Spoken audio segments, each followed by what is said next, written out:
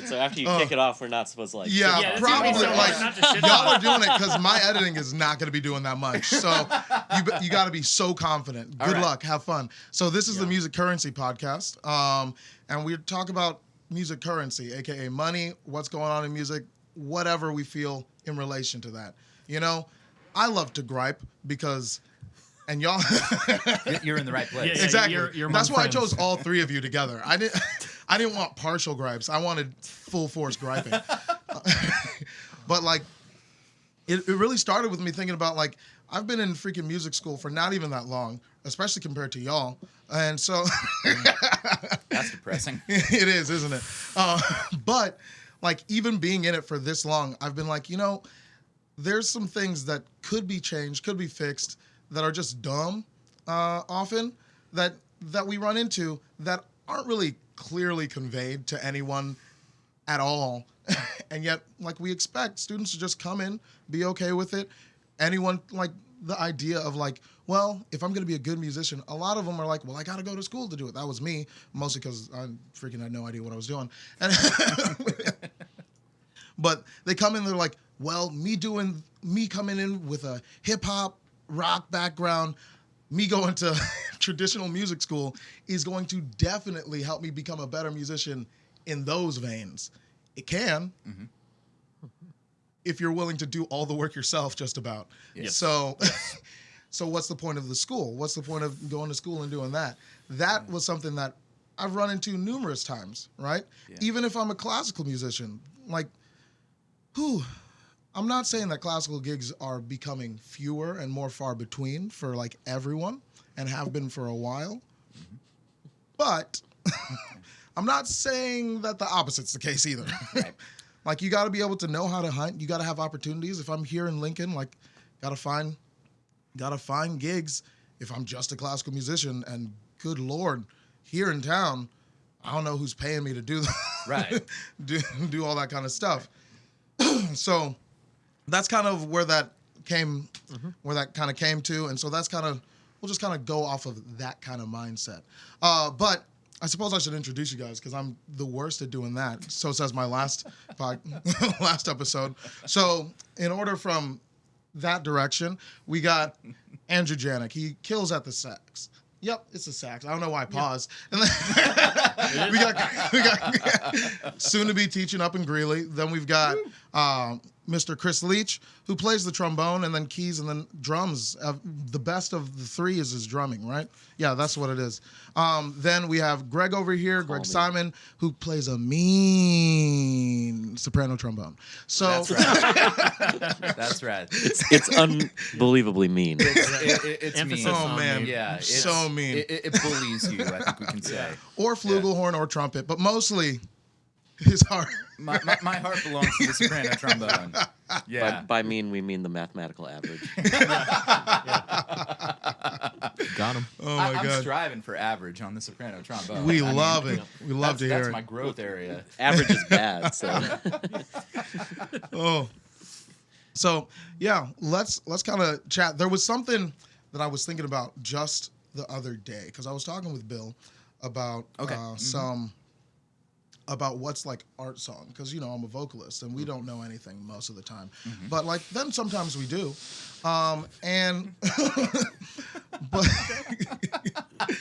but I was talking to him. I was like, why aren't we learning any music that's like happening right now, like at all, like.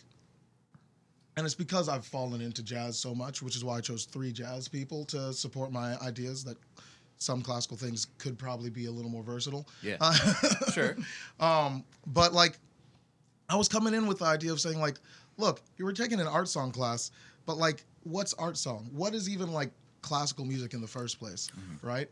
Because like, my position was kind of like that it's old, but that's not entirely true. Like, that's not entirely true. But like it's so hard to pin down, especially like now. Yeah, I mean, I think you could say that there are clearer boundaries for old music. Like you can say like that's definitely classical music, but like nowadays, My position is that Mozart is old.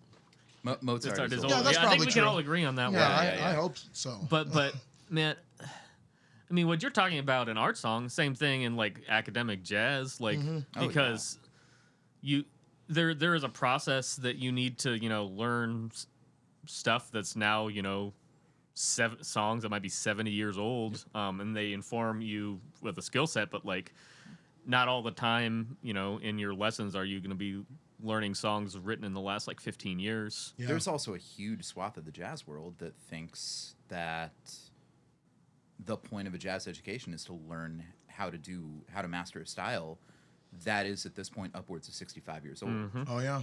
Like there's a huge part of the jazz community that thinks that that's where the music timed out.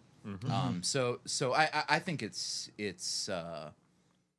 analogous, because I imagine in your art song class, maybe you guys went as far as Ned Rorem, or Just maybe about.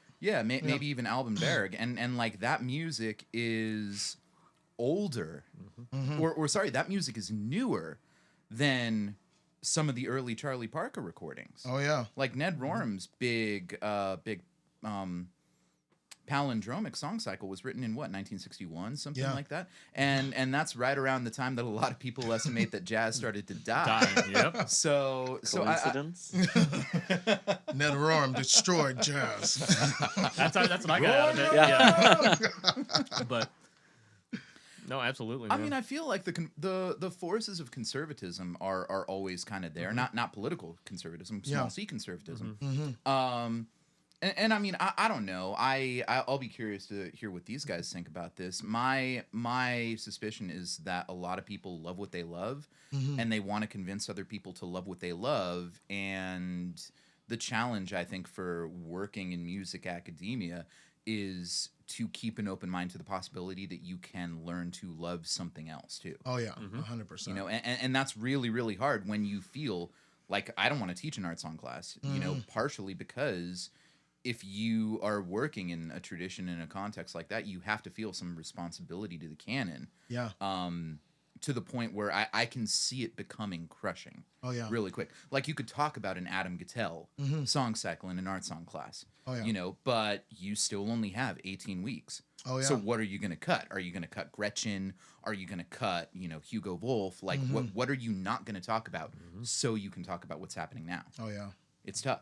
Oh yeah, 100%. Like I've been thinking about, like, even because it's both a lot of work, but I think overall it becomes very beneficial. Like spreading out into like a 4-year cycle of general, like these are the people that I would talk about for this art song class. It gets the point across, get some of the canon, get some of the new stuff. Well, if we do it next year, well, we'll do a slightly different group of people to get it going. I mean, on the teacher, that's a lot, but also, I mean, like I'm someone that teaches in that way of like, I just want everyone to be as versatile as they possibly can and to get like whatever opportunities they can, because you'll never learn everything all at once, and especially at school, unless you want to be there for your whole life. Like you're not, like it's not like you're not going to necessarily learn it, Well, and I'm a big believer in the idea that, like, by the time you get to higher education, the role of the professor and the role of the student are slightly different. And it's less about the transferal of information. It's less about the banking method. Yeah. And it's a lot more about a shared path of discovery, even in a classroom setting. Oh yeah. You have to design the educational environment to be like that. Like, that's got to be an intentional choice. Oh yeah. It's not something that happens just because you're in college. But like if you start from that in understanding, then I think it enables you to bring some of those things into the classroom in a little bit more empowered and actualized way. Straight up. Yeah. Going along with like preferences and stuff, that reminded me of I took a great class on my master's, like a jazz styles and analysis thing, and you had 2 big projects, and you had to transcribe a solo before 1960 and after 1960. Oh, cool. Which is cool, but there are some people who had a very, like very neat box. They transcribed something from 1959 and 1961. Killing. And they're great musicians and like could really do that. I made a point, like I transcribed Ben Webster and John Ellis. So it was one that was recorded a year before the class and one that was from like 1940, because in my, I don't know, my philosophy's always been like, you have to understand what came before you, and like that doesn't mean just like way back. You have to at least have some understanding of it and do some work there. But if you're ignoring stuff that's happening right now, then especially if you're in academia, you're doing your students a disservice. Oh, absolutely. But yeah, it was just very interesting because it was a room full of just like very, very talented musicians. Everyone was really great, but there's people who's like, okay, yeah, I'm gonna do my Freddie Hubbard solo, his early Freddie, and then a couple years later Freddie, and it's beautiful music, and it's done expertly and all that. But it's like it kind of defeated the purpose of before 1960, after 1960, stylistic. Here's a question that I have for both of you guys is because this came up when we were talking about that colloquium, and it's also something that we've been chatting about, I think, kind of among ourselves. Because, like, presumably, if you're taking that class as a grad student, you're surrounded by people in their mid to late 20s, and you're surrounded by aspiring professionals. Like, at what point does it become the student's job to find their own motivation to stay current? Like, at what point is it no longer Bob Lark or whoever's responsibility to be like, no, you have to be listening to, recordings that were made in the last 10 years? Yeah.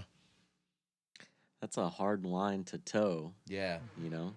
I'm reminded of, even in my limited teaching experience, I'll come across kids who really only want to check out, I don't know, post 2010 music, right? And not even necessarily jazz music, but music of which like improvisation is like a big part, right? And so these kids want to just run really, really fast before they can crawl. And at what point does it become the student's responsibility? Well, I guess it kind of depends on the educational environment. It depends on the culture of whatever institution you're at. And it depends on if you want to work or not, I guess. Right? That's fair. That's valid because not everybody wants to work. Well, not everybody who goes to music school wants to be a professional musician. Once the teacher has, like broadened their horizons, like, like you have the kids saying, I only want to listen to Snarky Puppy, like, and then you say, well, what about Oscar Peterson or something? Once you've done that and they spent some time there, that is on them. Yeah. I feel, like once the teacher puts it out there, and you might give them reminders and stuff, but like, as long as you're wherever the student is, if you try and broaden their horizons, and you give them the tools. Yeah. I don't want to sound like old man, but like there's so much music that's accessible nowadays, It's easier than people talking about going to the record store and wearing out the record. Like, I think that, once if the teacher's doing their job, like once they've given, some good tips of stuff, broad range of stuff to check out, like it's on the student. Yeah. Oh yeah. Yeah. Absolutely. And I guess, I don't know, because this is like applied podcast. Like I feel like it's really easy to say like you should do this because it is good. I feel like the end, as I see it, is twofold. Number one, I feel like you mentioned Freddie Hubbard. Every town in America has a Freddie Hubbard impersonator at this point. And in every town Where in America, are they in Lincoln? I am not a Freddie Hubbard I'm just kidding. Spoken from modern Fred himself. No, if anything, I'm a Clifford Brown impersonator, you guys. I know. But like there is no audience for that. You cannot make a living doing just that. Yeah. I tend to think you can make a living playing jazz, but I think like every other genre, people are hungry for people who sound like themselves and like nobody else. And 100%. The only way you get there is by knowing a ton of music. That's the one fold. The second fold is like I think like all of us, either now or at some point, have made our living doing a gig that we did not expect that we would be doing. Oh yeah. When we were in music school, whether it's a pop gig or a funk gig or a Latin gig or a salsa gig or whatever, there and the only way you make it in those environments, because you can't know all the subtleties of all those things without some practice. Yeah. The only way you thrive, or let alone survive, let alone thrive in those environments, is by developing the ability to listen to the music and understand the nuances of what make it what it is. And the only way you develop that ability is by making a point of encountering music that you're unfamiliar with. Oh yeah. you know, because you have to develop the ability to listen to something objectively, understand its constituent parts, Yeah. and then fit into those constituent parts. Like, to me, that's the value. Yeah. It's both an exercise in self-discovery, but it's also a really, really important part of developing yourself as a versatile professional. And I think that's true whether you're a jazz musician or a classical musician or something else. And being a versatile, like, the idea I think that people often come across is the idea of, like, if you're a versatile musician, that means you're way too you're spread way too thin, or whatever the case may be. Like, I don't buy that. Which is, I don't buy that. Yeah. But, like, people worry about that or something for whatever reason. I think partially because, like, they're afraid that maybe they'll find something that they like better than what, like, the teacher or whatever is like comfortable with, you know. But that's when you as a teacher say, I'm glad you found something that you like, you know, like, I'm glad you found that spot. Let me give you all the resources I can to help you, or, you know, humble myself and say, you need to probably find someone else that can actually help you a little better. Right. People don't want to necessarily do that, right?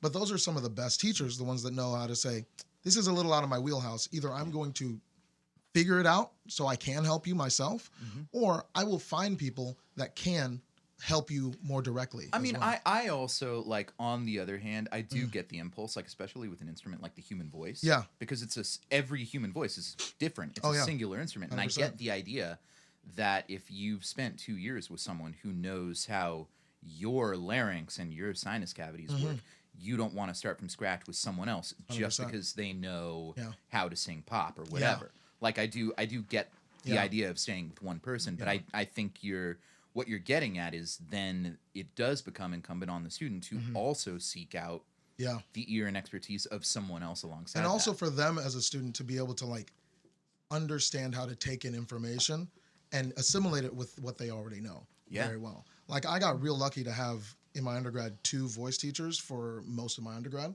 at the same time. So I would take lessons from one and lessons from another and just go through doing my stuff. And so I got in the mindset real quick that either I would destroy my voice trying to contrast everything that they said and do one thing one person said, then do another thing another person said to get to the same result, or I'd figure out what they actually meant and, like, what their intent was for how I learned my voice and how I developed it, you know? And I mean, at some point or another, because we're always going to change teachers or change influences, we have to develop that skill. And the sooner you learn it, the easier it is for you to actually utilize that ability and actually branch out and start listening and start copying, hearing what you need to hear, you know? Yeah, I think one important point of all this is that school is only one part of your education. Oh yeah. So, like, especially in jazz. In jazz. But I mean, if you want to be a versatile working musician in anything, like, you've got to learn how to learn. You have to learn how to learn. You have to checking out other professionals that you admire, like, you know, and it's real easy when you're in the bubble of school. Speaking as someone who spent a lot of time in school, like, you know, like that you think that everything in the walls of the music building is the end all be all. But, like, if you know, let's say you like something that's a little bit outside of what your curriculum is that you're studying, that doesn't mean you can't go learn a shit ton about it. Yeah. Parental advisory on this, I guess. But, You just got the magic key in front of your podcast. You're good now. Yeah. But, like, so seeking out, you know, things outside of school to learn is really important, and it's going to help you, you know, when you come up and you have to sing a pop gig, like, well, maybe you've been checking out someone on the scene who you really admire, and just, like, by going to shows or even shooting them an email and wanting to get together, like, musicians are human beings, and they're open to that. So just, like, having a holistic view of, like, what you're learning in music, not just in school, is probably really important. Well, and the teacher/parent in me is also, like, that also teaches you how hard it is to do that stuff. Like, pop music, I feel like, is one of those things that a lot of classical musicians, and I don't have any evidence to support this, but it's just kind of a sense I get. Like, it feels to me like one of those things that a lot of classical musicians think is easy. Yeah. Like, while also being impossible for them to do. Like, but I feel like that's kind of, like, changed probably, like, in the last decade or two. I believe that. Like, I used to run into a lot of very dogmatic classical musicians, like Yeah. starting out, you know, when I Which was is to say nothing of jazz musicians, because they can be dogmatic about pop too. if not more. yeah, Yeah. absolutely. But I feel like as I've gotten older, I've run into more and more classical musicians, maybe younger than I am, or even a little bit older. You know, at somebody in their mid 30s that really have a respect for jazz and pop music and know that it's an entirely different skill set and one that they are not adept at. You know, Yeah. only looking to their classical training. Well, that's Yeah. good. That's So- heartening. Yeah. Once again, no evidence other than anecdotal to Yeah. back that up, but it just whenever this kind of discussion comes up, it always, and this might be a little bit jazz dogmatic as well, but I just think of the Miles Davis autobiography where he's talking about how like everything is just emulating styles. Yeah. And it's just like so relevant here, especially talking about like Miles, somebody who continually reinvented himself Yeah. in the jazz canon, that like that's something that we should be teaching more rather than, you know, Yeah. I don't know, learning Ladybird. Oh yeah, and like that reinvention like aspect too, because you don't have to do it. You know, like you have your Miles people, and then you have even like Diz, because we're now talking about Miles Davis's autobiography. But like We where get you the good stuff. yeah, where you have someone that was continually reinventing himself, where one of his original inspirations, he wasn't doing that, right? Like he was just staying the same, doing pretty much the same thing. He was taking inspirations, right, and he was developing in a different way. Yeah. You know, in a way that at first glance, when you compare the two, you're like, well, Miles was like in 5, 10, however many different genres or whatever you want to say, right? While still being jazz. Sometimes. I mean, Right? on the other hand, Dizzy was doing Cuban music at a Exactly. high level at a time when it was extremely uncool to do anything Cuban. Yeah. You know, like I think this gets to the heart of like the idea is not to be cutting edge, and the idea is not to mix as many colors as you can Oh, yeah. to the point that it gets brown. You know, the idea is to discover who you are and who you uniquely have the ability to be. And like that's the end game. Oh, yeah. And I mean, whatever you want to say about Miles Davis and whatever you want to say about Dizzy Gillespie, I do feel like both of those artists, at any given moment in time, they knew exactly who they were and they knew exactly who they and they alone could be. Because Miles could never be Dizzy and Dizzy could never be Miles. Oh, you yeah. know? And also, Clifford Brown could never be Miles. And also, Chet Baker, try as he might, could never be Miles. You know, like the, and it wasn't Bye. about like a continuous.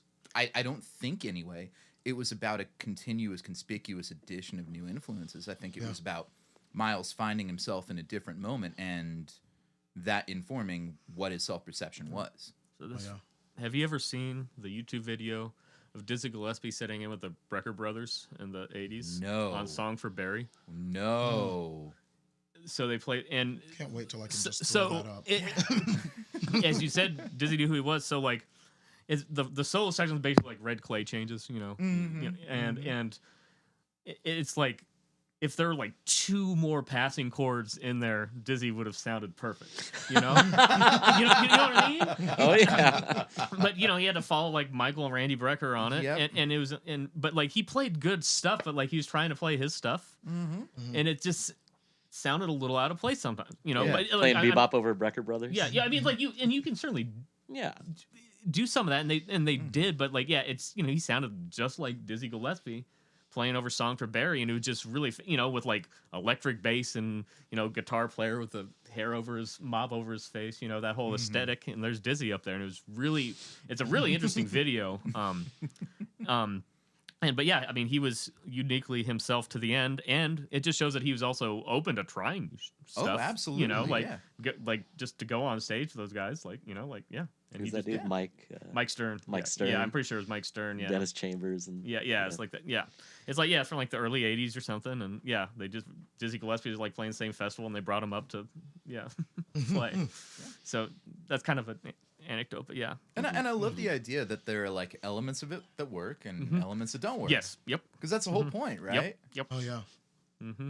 Yeah, it's worth checking out. It's real interesting. Well, I'd put it up, but like I physically can't do that. No, that's There's no, way. that's no. I just want you to. yeah. To our Link in audience, look it description. up on He'll YouTube. link it in the Find podcast it. Yeah, info. look it on that's look it up on exactly what YouTube. Yeah. I'll write. You Check said out the we show notes. like Yeah. like like everyone's gonna share a key or something. Yeah. Like, I could talk about this stuff for a long time because like that's like one of my like hobbies is trying to find like really weird combinations of musicians and see how they interact. There were these YouTube videos a couple of years ago that are gone of like Paul Gonsalves from the Duke Ellington Orchestra playing Windows with Chick Corea. Like it is some of the most bizarre stuff. Like it's good, but it's like wow. Like I would never consider, you know. Yeah. And what it showed me is like, well, these guys, you know, they get out of their comfort zone. Yeah. You know. I'll be honest with you. That is so much more interesting to me than like another meeting of like 5 trumpet players trying to all outdo each other on stage. Yeah. Like I would so much rather see like Gretchen Parlato try to throw down with the Chicago Art Ensemble or something like that. Yeah, man. Yeah, You don't want another trumpet summit? It's only a summit in the sense that they're all trying to get as high as they can. screams for miles. Well, and then and like the Duke Ellington John Coltrane record, like half the rhythm section is Duke's rhythm section and half the tracks, half of it is, you know, Coltrane's rhythm section. So like it's Duke Ellington and Elvin Jones playing. You know, behind it's that's some of my favorite stuff. And I do try and show that to students too because it's like if these guys, you know, these are like the most accomplished in their fields of, you know, subset of what they do. Like meeting up with someone outside of that, like and making it work. And they're probably smart enough to know, like Paul Gonsalves is definitely smart enough to know that like he's out of his element when he's playing with that group, and he goes and he does it anyway. Yep, absolutely. I know I derailed it a little bit with anecdotes, but I just Oh no, I love it. Jazz anecdotes. Hangman. It's a hangman. That's a completely different podcast that we should get into. Oh well. Y'all can start that. I'll allow it. I've got another one that I have to start now. Thanks. Yep. You got to be the guy. Because it's my name. Yeah, that's right. So I was thinking about this, and I love the idea of just like what people are listening to that especially isn't necessarily considered idiomatic to whatever it is that like they're in. Like, because for me, I say it all the time. Most recently I was kind of listening to more like regular, like jazzy kind of vocal stuff. But usually I'll be listening to like J-pop from the 80s or something, or I listened to BTS for like a whole day a week or so ago, which was very interesting. That's a long day, man. It was and I went from old BTS first. So like, so I was like, what are they actually about? Like, how can I hear their evolution? Couldn't really figure it out because it was one day. Come on now. Right. But like filling my ear with that kind of stuff, or like I've been really onto French pop, this group called L'Imperatrice, because they're so like disco influenced. And especially you can hear a lot of Daft Punk sounds in them. Okay. And so like as I'm listening to all this kind of stuff, like I'm taking it in, and for me, I go, not necessarily consciously, but it's like always in the background of my mind, like how do I integrate this into whatever I'm singing, whether it be something classical, which is just broadening my ear for like stuff that's newer for sure, or for jazz, thinking of lines, which I'm starting out still, so it's like, oh Lord, I'm half of this stuff is me just half scatting over just a song, and I'm like, well, this works for me. That's a lifelong journey, though. That particular thing. Straight up. But yeah, what are you listening to? We already heard you, Janak. Yeah, I talked enough. Someone else talk. You got anything funky that you've been listening to? Anything funky? I mean, not specifically like. I'll let Greg lead this one, but. All right. What's the hippest thing you've been listening to? Well, so 2 things come to mind immediately, and I'm gonna resist the temptation to do anything like even jazz adjacent. Ooh, nice. Because like I confession to make. In my spare time, I don't spend a ton of time listening to jazz, and I don't spend a ton of time listening to classical music. Not because I have anything against listening to those things, but it always kind of feels like work to me. Yeah. So like when I'm listening to music, my tastes kind of go elsewhere. And the two things that I've been listening to a lot of right now, one's a newer group out of England called Dry Cleaning. All right. And they're like this kind of it's a post-punk act Ooh, that yes. does a lot of like, I mean, it's their lead singer doesn't really sing. She's more of like a spoken word artist. yes. And it's super cool. And like their lyrics are phenomenal, and it's a really, I think, interesting approach to the relationship between music and words. So it's like it constantly keeps me entertained, and also their rhythm section is just super hip, just really rocking. And then the other thing I have been listening to a lot, or at least one of the things that's coming to mind right now, there's this British, I guess you would call him EDM artist called Ochre. Okay. And I think he was trained as a classical composer actually, but got into kind of doing like beat driven stuff. And his musical ideas are just really warm and beautiful and interesting. But like the thing that always kind of fascinates me is he doesn't really use like he makes beats, but he doesn't really use like drum samples. Like what he'll do, like it'll feel like a drum beat, but when you start to like listen into it a little bit deeper, like it's all made of like these Animal sounds. electronic animal sounds. It's like a barnyard in there. No, it's like all these like electronic bleeps and white noise derived things, and it's just like it's so fascinating to me, like the way he can take these sounds that are non-percussive and make them feel percussive. And again, it's all in the context of this like gorgeous harmonies and really beautiful, I think, melodic ideas. He uses a lot of acoustic instruments. Like one of his albums has harp on almost the entire thing. Sick. It's a really cool approach to electronic Who's music. this? Oakley. Ochre. Ochre. Yeah, see, I was like- Ochre. I think I've heard of them. Yeah, he's great, man. Yeah, I he's feel like great. maybe. Yeah, so those are my two that I'm listening to these days. Sick.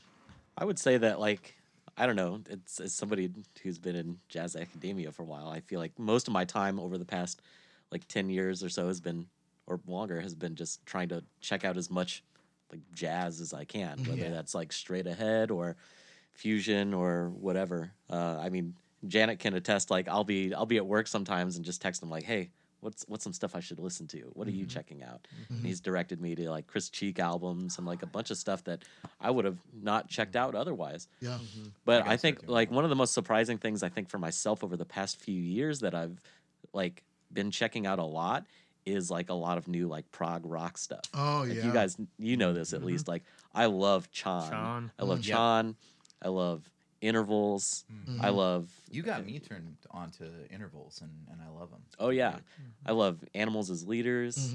I love Pliny. Yeah, Pliny. Pliny? One Yeah. of the two. Pliny? Yeah, Pliny? and Polyphia. Oh, yeah. Yeah. Oh, well, yeah. Or is that the Yeah, name of the band? that is the band. I think so. Yeah. Yeah, but all that that's stuff the band. like it is kind of like jazz adjacent. Yeah. Or at least it kind of has like some could be property. argued. Yeah. I don't know. Yeah. There's some major 7 chords. Yeah. Shit. And One or two in there. I love major That's all 7 you need. chords. That's all it takes. Yeah. Yeah, man. Yeah. It's jazz. Yeah. But I mean, like, I think I appreciate the just the, I don't know, the musicianship of the musicians. Like it's just killing, man. Their technique and just how everything is just, it's arranged like beautifully to me. And I think that's really surprising to me, especially because in my younger years, I could be kind of like dogmatic about like pop music and blah blah blah. And as I got older and had hey man, Yeah, Michael Jackson. Boo. Who needs Prince?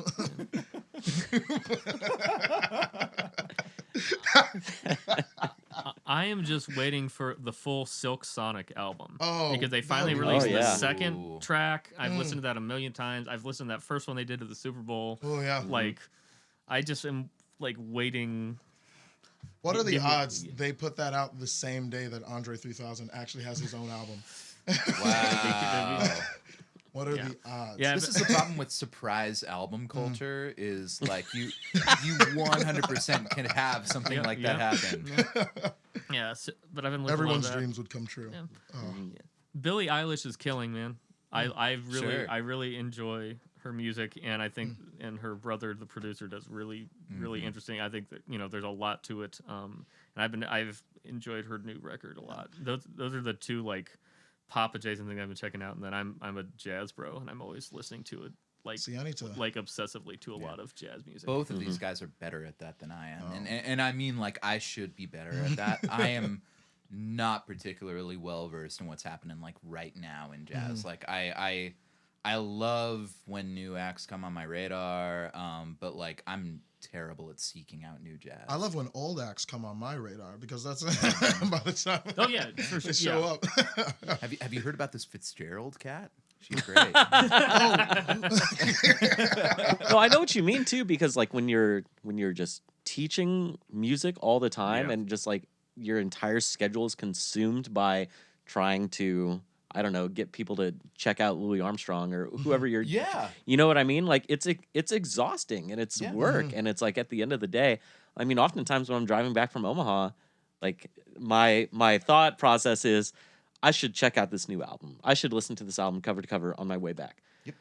But I've just had enough, and I'm gonna turn on NPR or I'm gonna turn on some podcast You that's almost just like don't want to listen to music. Period. no, it just becomes exhausting. It's it really crazy. does, and it's kind of like a mental self-preservation thing, really, to sometimes not. Especially because like so much So- of the time you want to like really get into it and analyze it and know it, you know? Yeah. Like Yeah. it's just like, and it's our default more often than not. So it's like, oh, I missed that track. Got to go back. Got to actually hear what's going on in it. Oh, well, whoops. Now I got to hear the whole thing over. Just hear how it sounds put together. All of that stuff. Like that's a 8-hour on one album. And I don't know that it has to be the default setting to be that like laser focused on the left brain sort of approach to it. But what I will say, I mean, I'll agree completely with Chris that like I think it's healthy to not listen to music. Amen.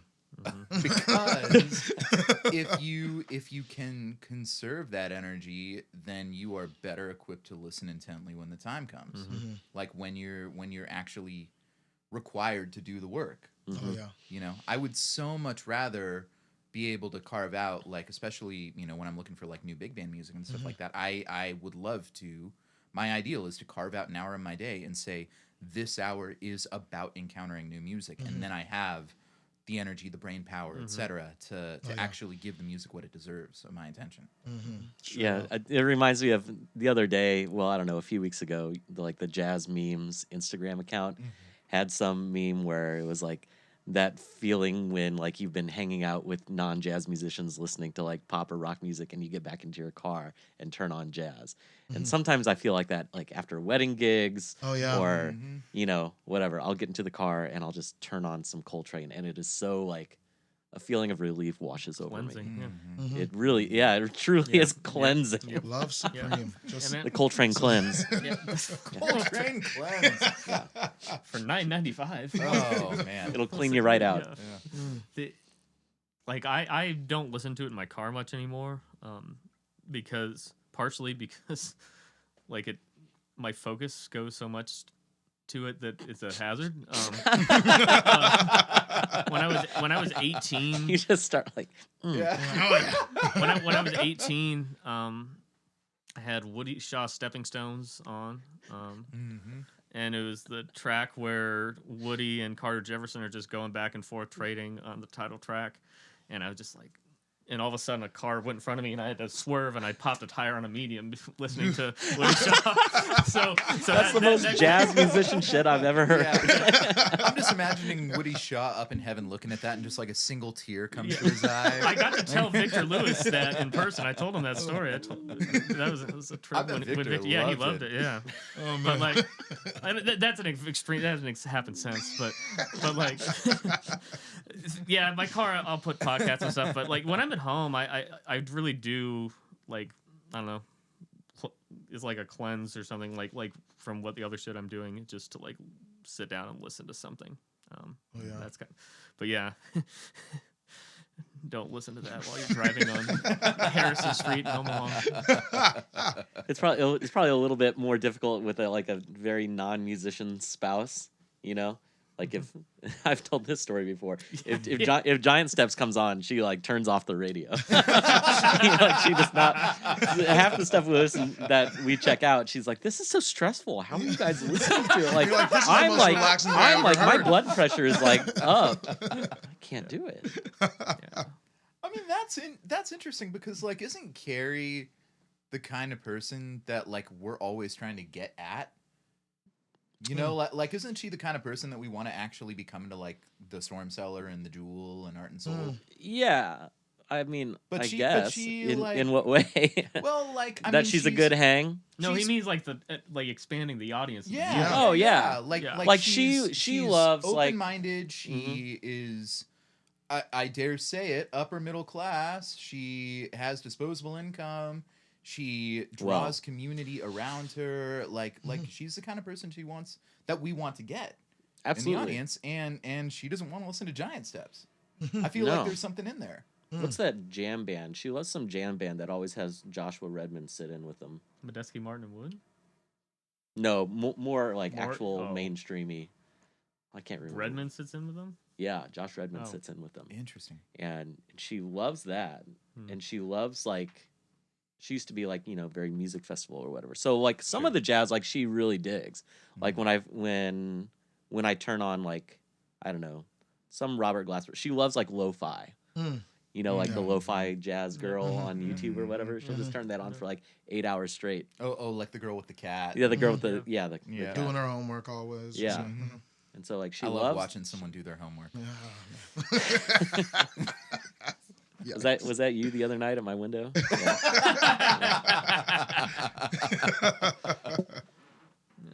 Yeah. So I mean, you're getting a whole can of worms now of like, are we training musicians to play music that people actually like? Oh yikes!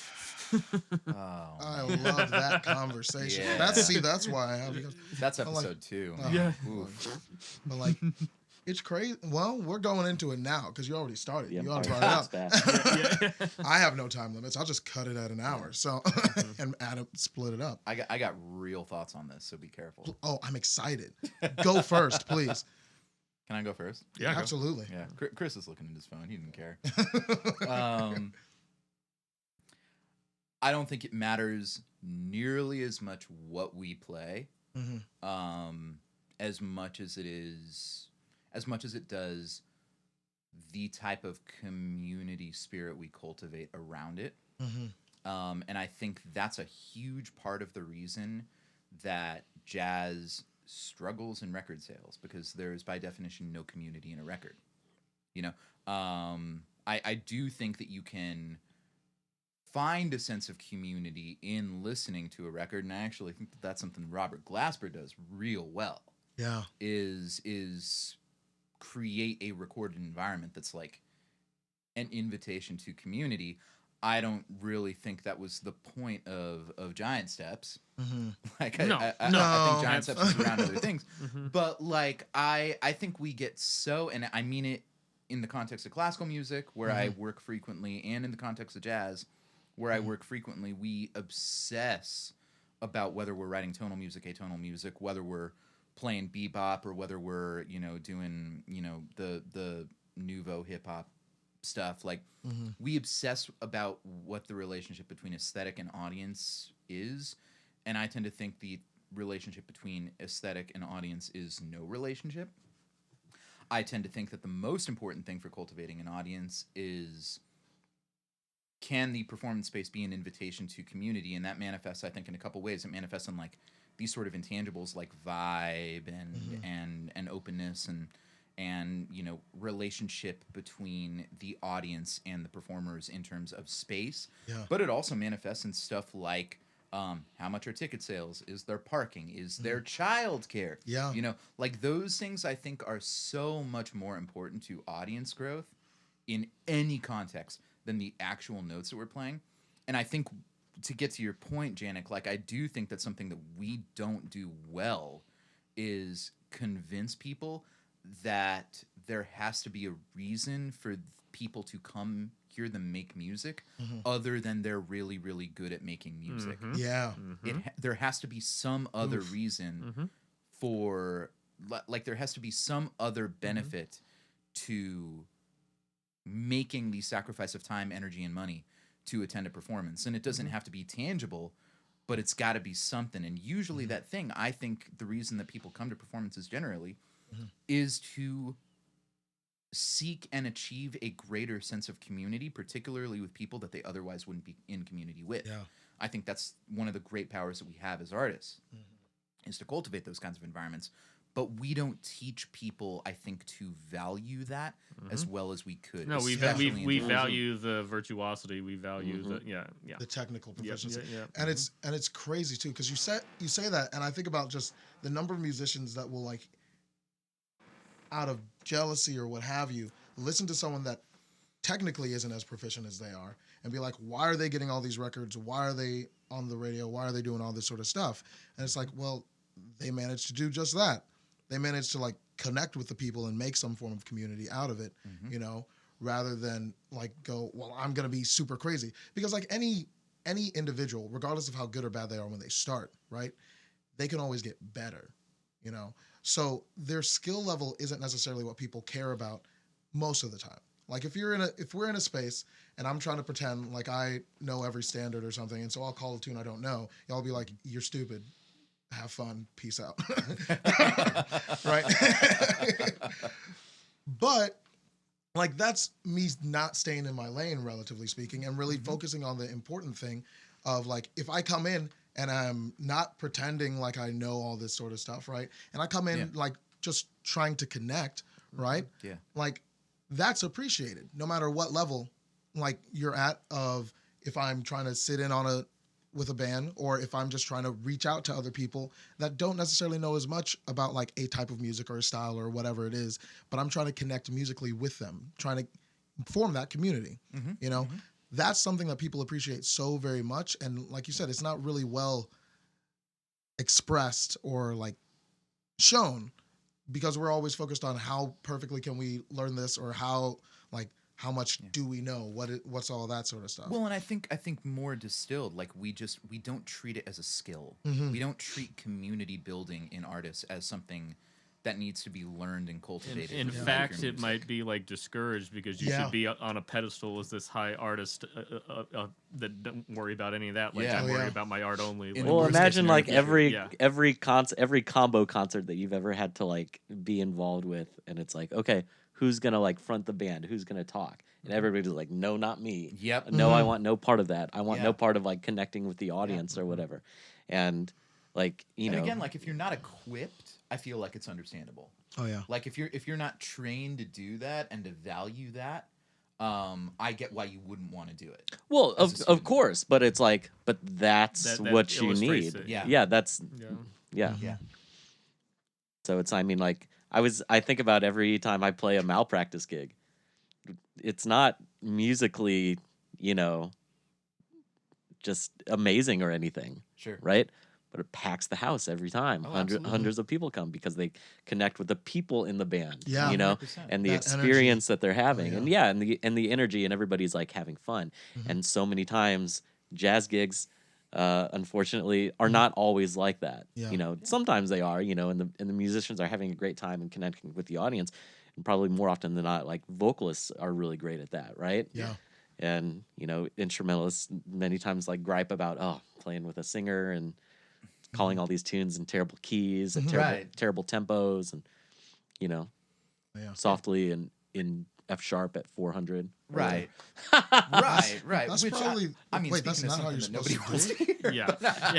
Yeah, I mean, just kidding, Jody. So up until, like, approximately 14 hours ago, Janak and I played together in the Nebraska Latin All Stars, which is a really great, what would you call it? An Afro-Cuban jazz fusion kind of Yeah. thing.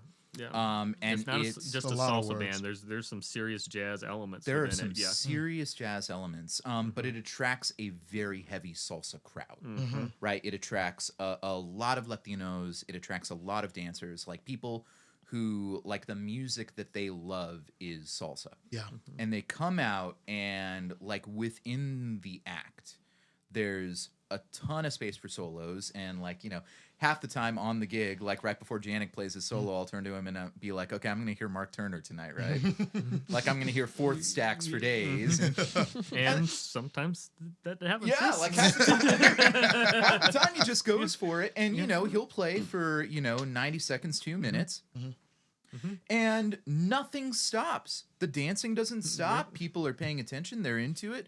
And like half the time he'll get applause. And this is not a jazz crowd that we're talking about. Yeah. You know, this is not the Vanguard. It's either like a dance club or often it's an outdoor gig. The or a Iowa party State or Fair something like last that. night. Yeah, the Iowa State Fair. And that audience was great. Yeah. And they had a great time. And like I feel like that's a testament to what we're talking about, where it's like it's not about the language, it's not about the It's about feeling good. it's about feeling good, and it's yeah. about creating Yeah. a community around the music. Well, and one thing that band in particular does well is that it is very complicated music that the musicians have to really like, we got a shed, we got to make sure we have this, but it also like comes across as danceable and Accessible. inaccessible, even though Yeah. like some of those horn parts are some of the more complicated like horn parts I've had to play, Yep. but it comes off. Yeah. That's a really good example. Of It a band reminds me of yeah. that Chappelle Show skit with John Mayer Yes. and Questlove. Yep. Yeah, Yep.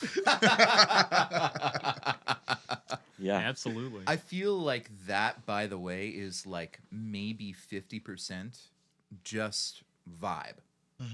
Right? Like the singers are always reaching out to the crowd. They're always like talking to people in the audience. Yep. Occasionally they'll bring, people on stage. The Dance whole contests. gig, the band is, I'm a stage dancer. So like I'm doing my terrible white boy dance. Yeah, And, but like, the whole band has smiles on their faces, and like there's very clearly and very ostensibly a sincere love for the music happening on stage. And I think that thing does so much for accessibility beyond the fact that like all the music is danceable, all the music is in 4/4, all the music's tonal, melodic, whatever you want to say about it. I think like the thing is more than that. The thing is the vibe and the tacit message that the music itself is an invitation to like be here with us. How do you convey that then because I'm thinking like if I'm singing the word recital alone like already puts you at such a not that people aren't supposed to woo, people aren't supposed to dance, man. exactly like what are you supposed to do about that if that's like I have strongly fought the idea of like for any of the recitals that I have to do like that they're boring, right? But the word recital in of itself invites that, right? You gotta know your audience, right? Exactly. You gotta find your target market. Yeah, gosh, right. Out of the 4 people that show up, Yeah.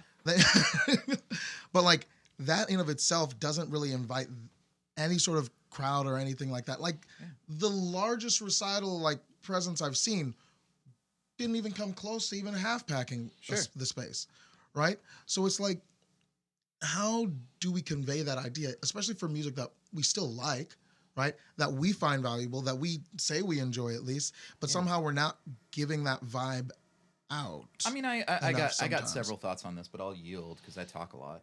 No, please. I mean, a recital is different than a gig at a club. That's like true. It just is. Yeah. Some people, sometimes now those lines are being blurred occasionally. Well, nobody's giving a doctoral recital credit at the for- loading dock. Yeah. You know what I mean? Yeah. So like, yes. Yeah. Like- I mean, one person did try to give a doctoral recital at the Zoo Bar, and it did not go well. Yeah. all right. Did they pass out the papers too? To everyone that walked in? Actually, that was part of the problem. Oh, yikes. Well, yuck. Anyway, I digress. No. I mean, I oh man. Nah, but. No, I'll let you go, man. All right. I'll Well, let you go on that. I just love the idea of at Zubar, just here. This is to fulfill a degree credit. Yep. Take a little read while you're. Yeah. I mean, it's Dang. it's funny. It also, I think, kind of highlights some problems that are maybe worth discussing at another time. But yeah, so a couple things. Number one, I feel like you we have to embrace the idea that 4 people is still a meaningful group of people. Yeah. Like ultimately, what do we want? Do we want butts in the seats, or do we want to create community? I mean, if the idea ultimately is that we want to create community, well, communities exist in scale, right? They can exist in groups of 4. They can exist in groups of 400,000. Both of those are valid in their own way. Both of those are meaningful in their own way. And if we embrace that, and we, as artists, develop the ability to talk to communities of various scales, then we're best equipped to actually affect some sort of change in the world. That's one. Like teacher to student, I think the thing that I would tell you about your recital crowd is you have the misfortune of being at a school where there's tons of music happening and everybody's got limited time resources. So, you don't take it personally. Yeah. But like to drill down to like, okay, how do we make the recital environment meaningful? I don't think we need to overcomplicate things. I think everybody ultimately wants the same thing anytime they go to a music show of any kind. They want to know what the music's about, and they want to know how it can enrich their experience. Yeah. And like, so how do we make that happen in the context of the recital paradigm? I mean, part of it I think is by talking.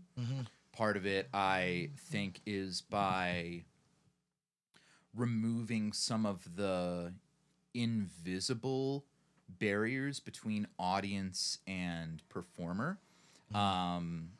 This can, I think, manifest in many ways. I love recitals that exist in intimate settings where I'm here and you're there and the piano is there, and I you can like between songs you can like actually look at me and be like, okay, this is what's happening now. Rather than you're on the stage, I'm at minimum 15 feet away from you across the hypotenuse of the triangle. And there's not a guarantee that you can even see my face beyond the stage lights. There's that. There's also, stuff like, to be blunt about it, like if I got a beer in my hand, I immediately feel more at ease. And I immediately feel more like, well, that's because you're a lush. Yeah, I was gonna say. Yeah. Oof. Yeah. Try to hold on to this until after my tenure letter comes in. I'll do my best, but no commitments.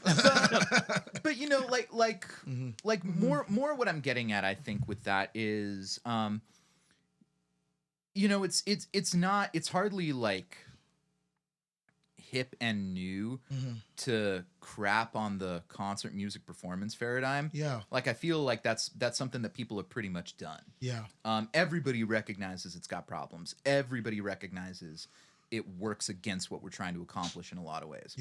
I think it's worth mentioning that one of the easiest possible solutions to a problem is to remove the expectation that the role of a concert goer is to sit and absorb, that the role of the concert goer can be as a meaningful participant in community. And like, guess what?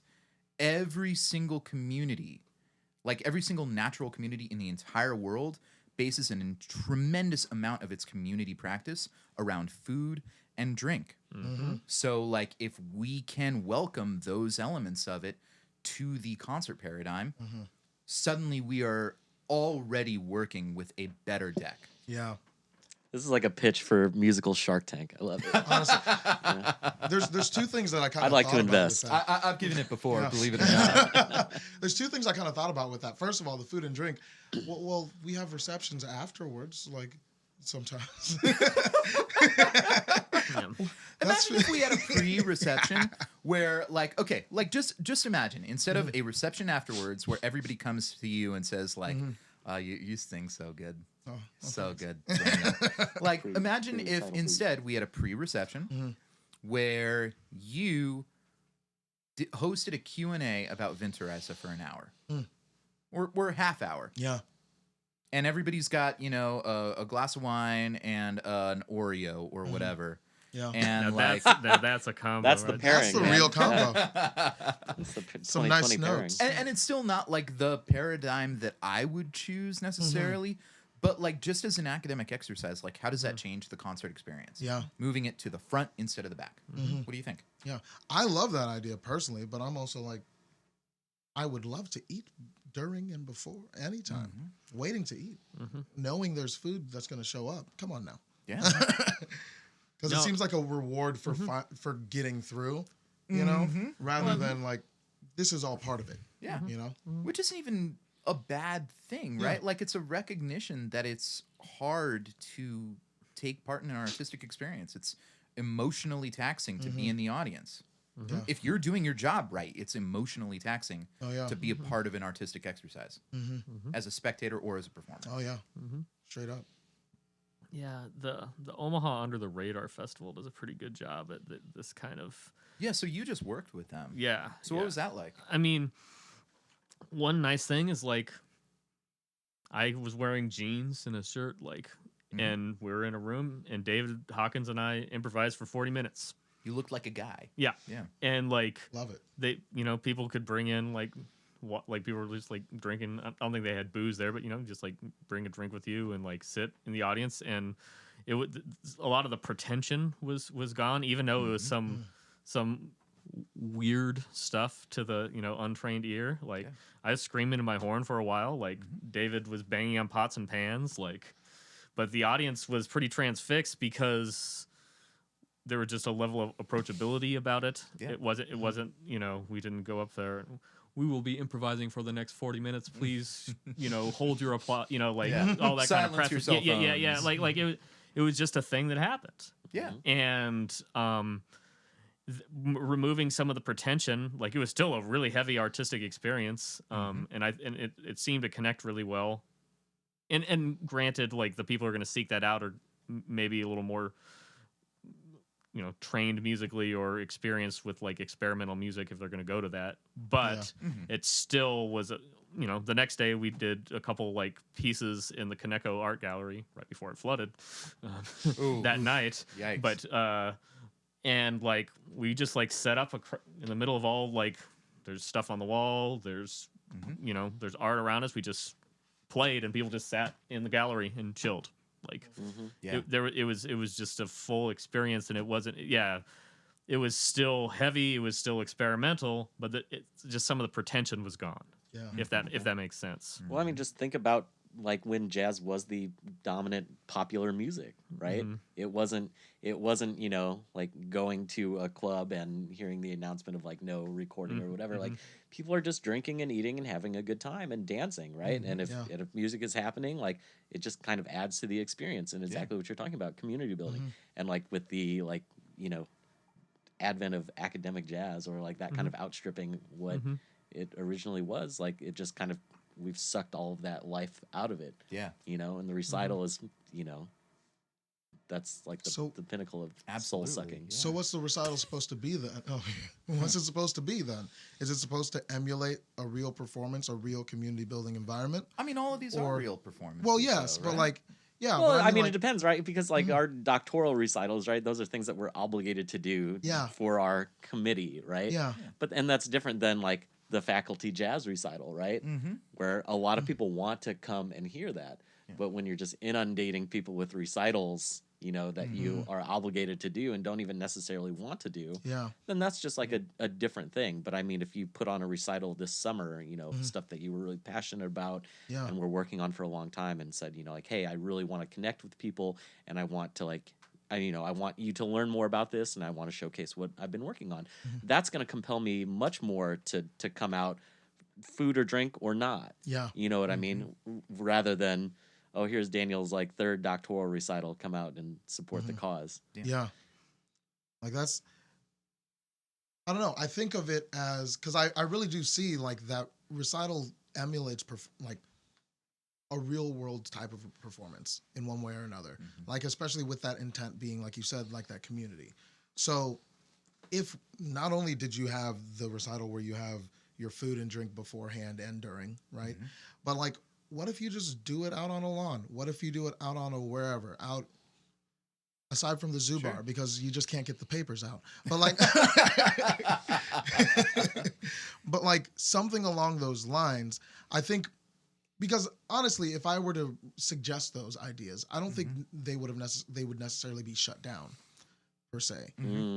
But the thing is, they're not even necessarily provided as options, and no one necessarily thinks of them, and we don't branch out. But I mean, people don't always want to necessarily think and branch out to something that hasn't been established. I mean, right? and it is, I feel like, important to acknowledge that there are sacrifices associated with it. Yes. Right? Like, okay, you're going to do a recital outside.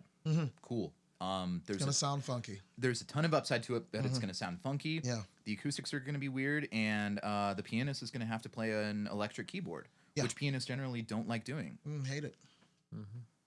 So, like, you have to get everybody to buy into those sacrifices. Exactly.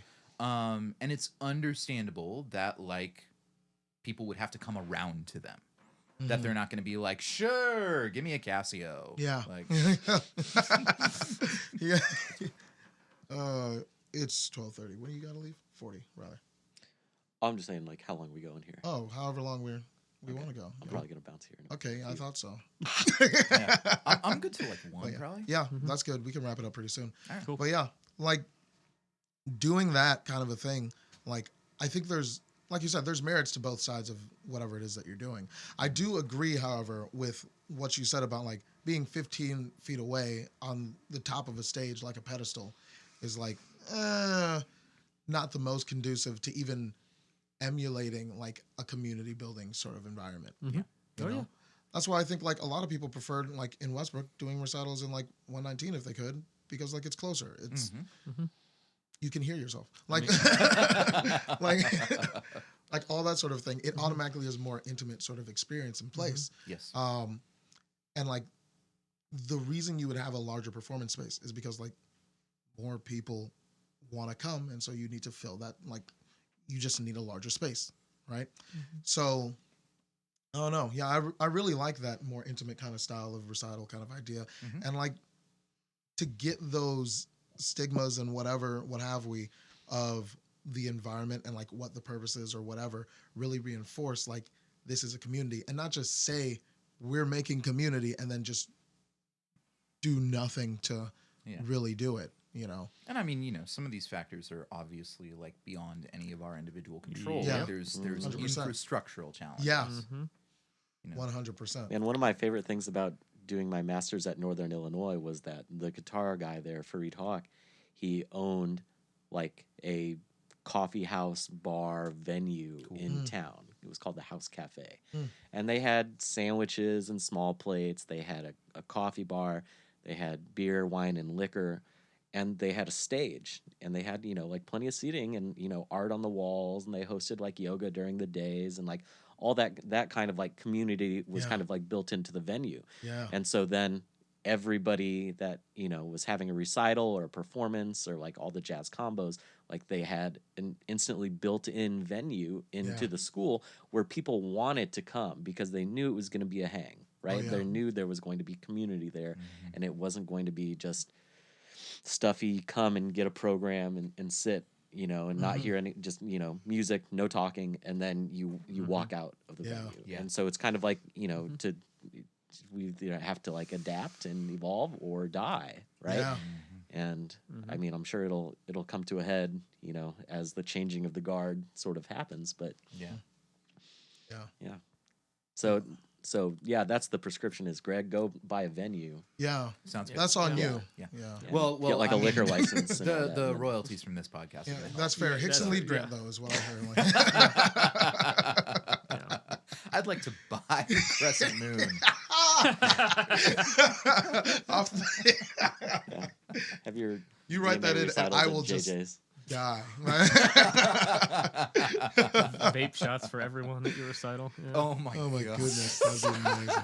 That's the new model, man. Yeah. Yeah, man. Turn it That's upside down. Well, I guess we can wrap that up from this. That was sick. That was rad, yeah. Yeah. A good time to chat. Of course, there's always more to talk about, but that was was a good time. Well, we'll do this again sometime. Straight up. Janek's got to come back from Greeley at some point. Yeah, I'll be around. Yeah, that'll be sick. Well, good stuff. That was Thanks, the Daniel. podcast Thanks for for having sure. us. Yeah, thanks for having us, thanks Dan. for coming. This Yep. was awesome. And now like you're the first to have like the actual more or less finished studio. Yeah. I just put those up on the Pod wall cave. like Friday. This looks That's right. good. Yeah, This is man. fun. Thank you. All right. Well, that's that. Let me stop Cue. recording. Cue exit music. Do-do-do, do-do-do, do-do-do-do.